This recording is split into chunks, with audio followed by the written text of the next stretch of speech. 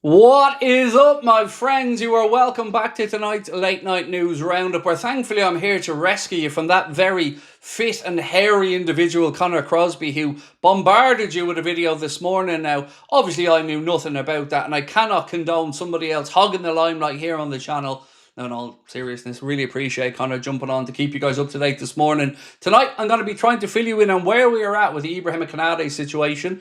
We're also going to talk about Ugo Ekitike, who is now officially a Liverpool player, and ask the question, should Liverpool accept the £70 million bid that looks to be forthcoming for Mr. Luis Diaz? So that and lots more over the next few minutes, but you know the drill. I'm going to do my part. I need you to do your part. So if you enjoy the video, please do drop a like. Don't forget to hit that subscribe button and let us know your thoughts in the comment section. If you haven't signed up already, now's the perfect time to do so. Transfer window is in full swing. So scan that QR code on the screen and join the Anfield Agenda WhatsApp community. We're heading towards 10,000 members now, and those of you who've signed up already, we greatly appreciate your support. So look, we're going to go back to earlier on in the day and a piece from David Lynch that said Ibrahim Konate's priority would be to extend his contract at Liverpool. However, the club will need to present an attractive salary. That is genuinely really good to hear. So I've been feeling a little bit more optimistic about Konate over the last few days, but in all honesty, that wasn't really based off anything other than intuition and maybe a bit of blind hope. But certainly David and other journalists will be connected to the club and have their own sources on this, and it's great to hear that Konate's preference will be to extend with Liverpool. Now, we do have a bit of movement in that direction tonight because Santi_J_FM on X, or Santi Auna, said, understand that Ibrahim Konate has received a new contract offer from Liverpool. New improved proposal has been sent to the French defender. I believe that piece was for Foot Mercado. Then we had Sasha Cavalieri to say Ibrahim Konate received a new contract proposal from Liverpool until June 2029. So what would that be? A 3-year extension for Ibu, a new 4-year deal? This offer would significantly increase his wages. Konate is now considering options as he opened the door off the record to Real Madrid recently. Now look, we've all known about the Real Madrid interest in Ibrahim Konate. Another name to keep an eye on is Saliba for them, because if they can't get Konate, Saliba is another name on that list. But I never knew what to think because I didn't know where Konate stood on this. If he is, like David said, leaning or hoping to extend at Liverpool, that is music to my ears because the partnership he's had with Virgil's been really good. I was always relaxed about it because Mark Gay coming in would have been a more than adequate replacement, but Konate and Virgil have had a very good partnership. Obviously, we still need to bring in a centre-back, and we'll move on to talk about that in a moment, but I want to know what you guys are thinking on this one. Are you optimistic that, one, that contract proposal that's been rumoured to be sent has been one that Liverpool will believe he'll sign? Because I don't think Liverpool are going to start throwing offers at him that he'll refuse, knowing pretty much what he's looking for. So if an offer is going to cross, I would have to assume it's getting close to the numbers that Konate's side would be happy with. So fingers crossed we get some good news on that soon. Some bad news on the defender front, well, that comes from Fabrizio Romano, who said Chelsea have reached an agreement on personal terms with Jorel HATO, negotiations advancing to final stages as the fee discussed now is around £35 million.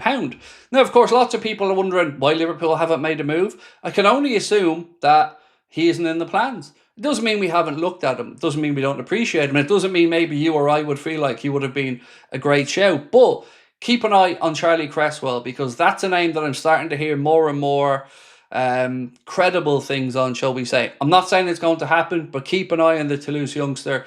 I believe 22 years of age, 6'3", 6'4", something like that. I think he was at Leeds before. We mentioned him to you the other night. He is a name that's been mentioned that Liverpool have been keeping tabs on for a while. Homegrown as well, so would tick that box. And from people I've spoken to that would watch a lot more of him than I would have, say, would be a very good piece of business. Now, again, not trying to say that that is absolutely who Liverpool are going for, but it will be an option. We've mentioned other ones over the last few months as well. But ultimately, I do feel if Liverpool haven't moved to try and match Chelsea with HATO, then he mustn't have been in the plans, or they got a very firm bit of information that said he only wants to go to Chelsea. All of these things have to be considered. But from our perspective, I trust the business we're doing this summer. It's gone really well so far. Yes, there's still bits and pieces to be done. We got the confirmation this evening that Ugo Ekitike is now officially a Liverpool player. For what it's worth, I believe he is now currently on his way over to Hong Kong to meet up with his new teammates and start to train under Arne Slot.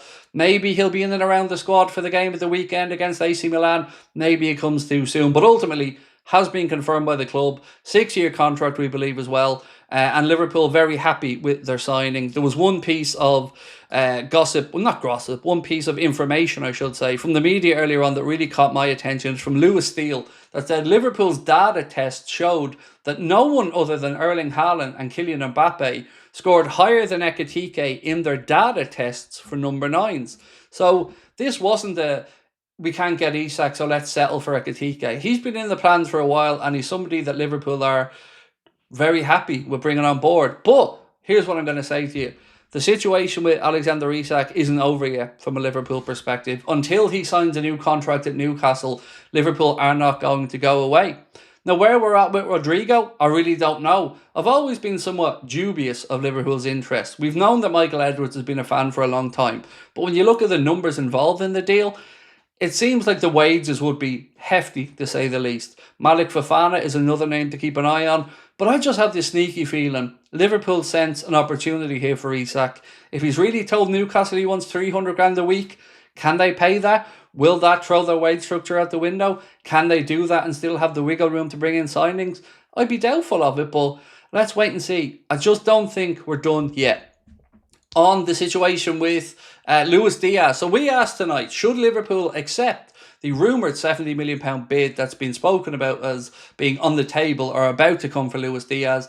And absolutely yes was the resounding answer from our community tonight. Over 85% of people in the poll said yes, Liverpool should take £70 million for Luis Diaz. And for what it's worth, I would be of that mindset as well. Of course, you want Liverpool to get as much money as possible in these situations. So if they could get a few million quid higher, brilliant. If we keep him at the club, also really good. Most of us Liverpool fans appreciate what Luis Diaz does. But ultimately, I think we're going to move on and bring in another player, whether that's Malik Fofana, whether it's Rodrigo, whether it's Isak. I think you will be happy by the end of this transfer window. I don't know much about Malik Fofana. The €60 million price tag from Lyon is a high one, but again, to have so many clubs interested in him, he must have something about him. But that is pretty much where we're at for now, ladies and gentlemen. Of course, we're waiting with bated breath to see what Ibrahim Konate decides if this new contract proposal has indeed gone across to him. I'm hoping he signs it. I'm hoping what David Lynch said is true, that his preference is to stay with the club, because let's be honest, why wouldn't you want to be at Liverpool right now? Just won the Prem, great signings coming in, manager that's proven that he can do it, fans that are absolutely the best in the world, and a centre-back partnership with Virgil van Dijk. It's not too shabby, Ibu, so hopefully he does stay at the club. For me, I will see you guys tomorrow, same time, same place. We'll have a video at about 4:30. I'll be here tomorrow night for the late night agenda. And I'm also recording with Mo Chatra about the finances for this summer. So Mo's going to give us an indication of exactly how and why Liverpool could be able to spend up to £500 million this summer. I'll let Mo explain it here. He's far more intelligent than I am. Until then, thank you for your support as always. Thank you to Connor again for filling in this morning with that video. Appreciate you all. We'll talk soon. Much love.